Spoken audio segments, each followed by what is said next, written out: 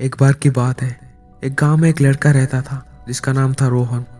रोहन एक ऐसा लड़का था जो अपने काम को हर बार टालता था और उसके जीवन में कोई भी लक्ष्य नहीं था। उसके घर वाले, उसके दोस्त, हर कोई उसे यही समझाता था कि समय को बर्बाद मत करो, टाइम का वैल्यू करना सीखो। और इतने सारे लोग समझाने के बाद भी वो टाइम का वैल्यू नहीं समझ पा रहा था। एक दिन एक बुजुर्ग इंसान उसके गांव में आया। उनका नाम था गुप्ता। बहुत ही ज्ञानी व्यक्ति थे। दूसरों का प्रॉब्लम बहुत आसानी से समझ पाते थे, उसका सलूशन देते थे। ये बात गांव में चारों तरफ फैल गया। जब ये बात रोहन को पता चला, वो बहुत एक्साइटेड हो गया। उनको मिलने का डिसाइड किया। रोहन उनसे कुछ ऐसा एडवाइस लेना चाहता था कि उसका जो प्रोक्रास्टिनेशन, टाइम वेस्ट करने का प्रॉब्लम है, उसका सल्यूशन मिल सके।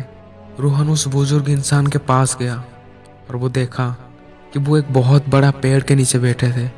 रोहन बहुत ही विनम्र आवाज से उनसे पूछा, सर आप बहुत समझदार हैं, ऐसा गांव में हर कोई बोल रहा है। क्या आप मुझे बता सकते हैं कि मैं अपनी लाइफ को कैसे सक्सेसफुल बना सकता हूँ? मेरा सबसे बड़ा प्रॉब्लम यह है कि मैं चीज़ों को टालता रहता हूँ, हमेशा अपने टाइम को बर्बाद करता रहता हूँ। ये सब कुछ सुनकर वो थोड़ा मुस्कुराए और समझ गए कि रोहन का प्रॉब्लम क्या है। वो अपने बैग में से एक आवर ग्लास निकाले और बोले, ये आवर ग्लास तुम्हारा समय को दर्शाता है। इसमें जो रेत है वो तुम्हारे लाइफ टाइम को दर्शाता है। सोचो, ये जो रेत नीचे गिर रहा है वो तुम्हारा ज़िंदगी का अपॉर्चुनिटी है जो तुम अपने प्रोक्रास्टिनेशन आदत की वजह से बर्बाद कर रहे हो, जो वापस कभी नहीं आएगा। टाइम इंसान के ज़िंदगी का सबसे बड़ा गिफ्ट है, लेकिन समय किसी के लिए नहीं रुकता। जैसे ये रेत नीचे गिरने के बाद वापस कभी नहीं आता, वैसे ही बीता हुआ समय कभी वापस नहीं आएगा। जैसे ही ये समय बीत जाएगा, तुम्हारे पास बस अफसोस के अलावा और कुछ नहीं होगा। इसीलिए बाद में पछताने से अच्छा है अपने समय की अहमियत को समझो और टाइम का वैल्यू करना सीखो। रोहन ने बोला, मैं ये कैसे करूं? कैसे मैं अपने टाइम का वैल्यू करना सीखूं? बुजुर्ग इंसान थोड़ा मुस्कुराए और फिर बोले, इसके लिए तुम्हें छोटा छोटा स्टेप लेना होगा। पहले अपने गोल को डिसाइड करो और उस गोल को अचीव करने के लिए सबसे इम्पोर्टेंट काम क्या है उसको डिसाइड करो और उससे फिर छोटे छोटे स्टेप में डिवाइड करो और उस छोटे छोटे स्टेप को अचीव करते जाओ। तुम अपने गोल तक पहुंच जाओगे। और ये सब एक दिन में नहीं होगा। तुम फेल होगे।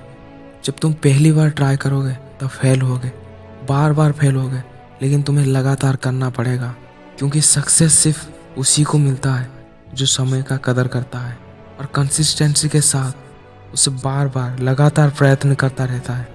रोहन इस बात को बहुत सीरियसली लिया और अप्लाई करने लग गया। वो अपने दिन को रूटीन में बदल दिया, सारे काम को प्रायोरिटाइज कर दिया, कौन सा इम्पोर्टेंट है कौन सा नहीं, सारा कुछ डिफाइन कर दिया और फिर उसके हिसाब से काम करने लगा।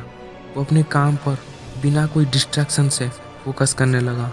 उसने नोटिस किया कि उसका लाइफ पॉजिटिव की तरफ जा रहा है और धीरे धीरे लाइफ में बदलाव आने लगे। फिर दिन हफ्ते में बदलने लगे और हफ्ते महीने में, और फिर रोहन पूरा डेडिकेशन के साथ काम करने लगा। अपने अंदर वो बदलाव देख पा रहा था और फिर उसने अपने काबिलियत और टैलेंट को पहचानने लगा और फिर उसके हिसाब से काम करने लगा। उसके आसपास लोगों ने नोटिस किया कि रोहन अपने लाइफ को बदल रहा है, अपने टाइम का वैल्यू कर रहा है। फिर रोहन अपने लाइफ में सफल होने लगा। ये स्टोरी हमें सिखाता है अपने समय का कैसे कदर करना है और कैसे अपनी लाइफ में सक्सेसफुल होना है। याद रखना, इस दुनिया में सबसे बड़ा लड़ाई खुद से है। अगर तुम खुद से जीत गए तो समझो दुनिया जीत गए।